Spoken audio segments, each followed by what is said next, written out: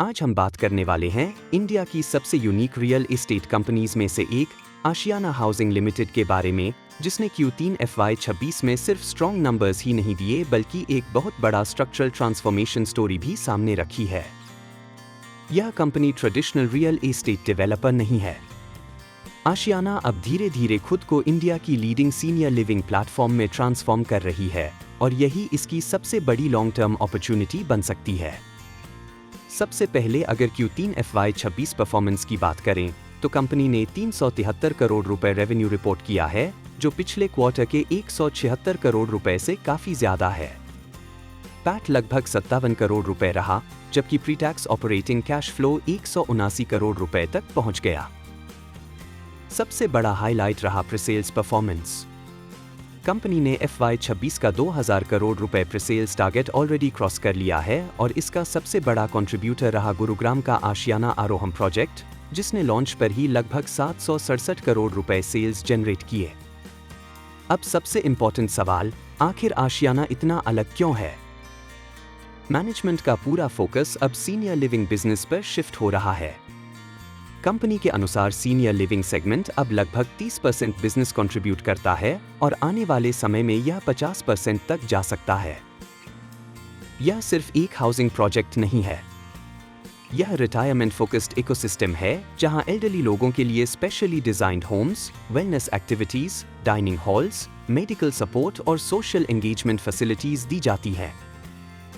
Company हर महीने लगभग 300 activities organise करती है, yoga, sports, tambola, cultural events, travel groups और वेलनेस प्रोग्राम्स, ताकि सीनियर सिटीजन्स एक्टिव और सोशली कनेक्टेड रहें।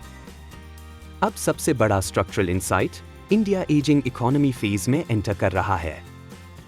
मैनेजमेंट का कहना है कि पिछले 5-6 साल में सीनियर लिविंग बिजनेस लगभग 25% केगर से ग्रो हुआ है और डिमांड लगातार बढ़ रही है। यानी आशियाना एक ऐसे सेगमेंट में अर्ली लीडर है जहां कंपटीशन बहुत कम है लेकिन डिमांड लॉन्ग टर्म स्ट्रक्चरल है। अब बिजनेस मॉडल को समझते हैं। कंपनी का अप्रोच बाकी रियल एस्टेट डेवलपर्स से काफी अलग है। आशियाना लीन लैंड स्ट्रैटेजी फॉलो करती है, जहां लैंड को रॉ मटेरियल की तरह ट्रीट किया जाता है और unnecessary land bank buildup avoid किया जाता है। Company primarily in house construction और मेंटेनेंस करती है ताकि क्वालिटी और एग्जीक्यूशन कंट्रोल बना रहे। यही कारण है कि कंपनी की बैलेंस शीट काफी स्ट्रॉन्ग है और डेट इक्विटी रेशियो सिर्फ लगभग 0.20x है। अब सबसे बड़ा future trigger, expansion pipeline. Company Mumbai, Pune belt, Chennai और बेंगलोर जैसे सीनियर सिटीजन डेंस मार्केट्स पर एग्रेसिवली फोकस कर रही है। करजत, पनवेल और बेंगलोर एक्विजिशंस इसी स्ट्रैटेजी का हिस्सा हैं। मैनेजमेंट का क्लियर विजन है कि हर माइक्रो मार्केट में मल्टीपल सीनियर लिविंग प्रोडक्ट्स हों, प्रीमियम, मिड और अफोर्डेबल कैटेगरीज में। अब मार्जिन्स और रियलाइजेशंस की बात करें। Senior living projects normal housing projects के मुकाबले हायर रियलाइजेशन और बेटर प्राइसिंग पावर देते हैं।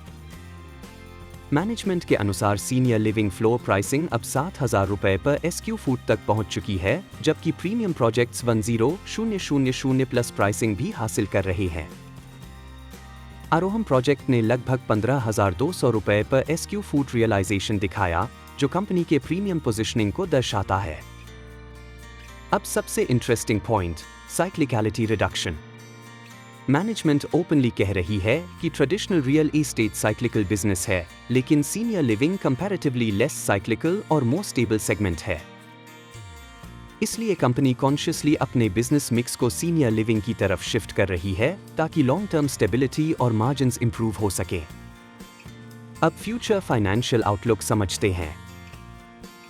कंपनी का टारगेट मिनिमम 15% पोस्ट टैक्स रो मेंटेन करना है और मैनेजमेंट को उम्मीद है कि आने वाले 3-4 साल में 20% रो थ्रेशहोल्ड भी क्रॉस हो सकता है। इन्वेस्टर प्रेजेंटेशन के अनुसार FY25-FY30 पीरियड में company 10,000 crore cumulative revenue opportunity देख रही है और लगभग 2,000 करोड़ रुपए क्यूमुलेटिव पैट पोटेंशियल का टारगेट रखा गया है। अब सबसे बड़ा मोट, ब्रांड पोजिशनिंग। आशियाना लगातार 9वीं बार India's number 1 senior living brand चुनी गई है और कंपनी के पास 20+ ईयर्स का सीनियर लिविंग एग्जीक्यूशन एक्सपीरियंस है। यह एक्सपीरियंस मोड बहुत इंपॉर्टेंट है क्योंकि सीनियर लिविंग सिर्फ बिल्डिंग कंस्ट्रक्शन नहीं बल्कि कम्युनिटी मैनेजमेंट बिजनेस भी है। अब रिस्क्स की बात करें। सबसे बड़ा risk execution pipeline slow down है क्योंकि लैंड एक्विजिशंस टाइमली क्लोज होना जरूरी है। दूसरा risk real estate cycle slow down है, हालांकि senior living comparatively stable segment माना जा रहा है।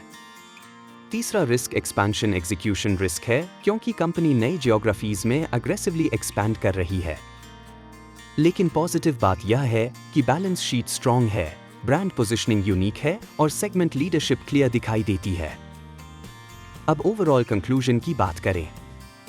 आशियाना हाउसिंग अब सिर्फ रियल एस्टेट स्टॉक नहीं बल्कि इंडिया की एजिंग पॉपुलेशन थीम पर प्ले करने वाली यूनिक सीनियर लिविंग कंपनी बनती जा रही है। स्ट्रॉन्ग प्रीसेल्स विजिबिलिटी, इंप्रूविंग रो, डिफरेंशिएटेड बिजनेस मॉडल और लो कंपटीशन निश इसे लॉन्ग टर्म कंपाउंडर बना सकते हैं। अगर सीनियर लिविंग अडॉप्शन इंडिया में तेजी से बढ़ती है तो आशियाना हाउसिंग अगले 5-10 साल में कंप्लीटली रीरेटेड बिजनेस बन सकती है। यह वीडियो केवल एजुकेशनल पर्पस के लिए है।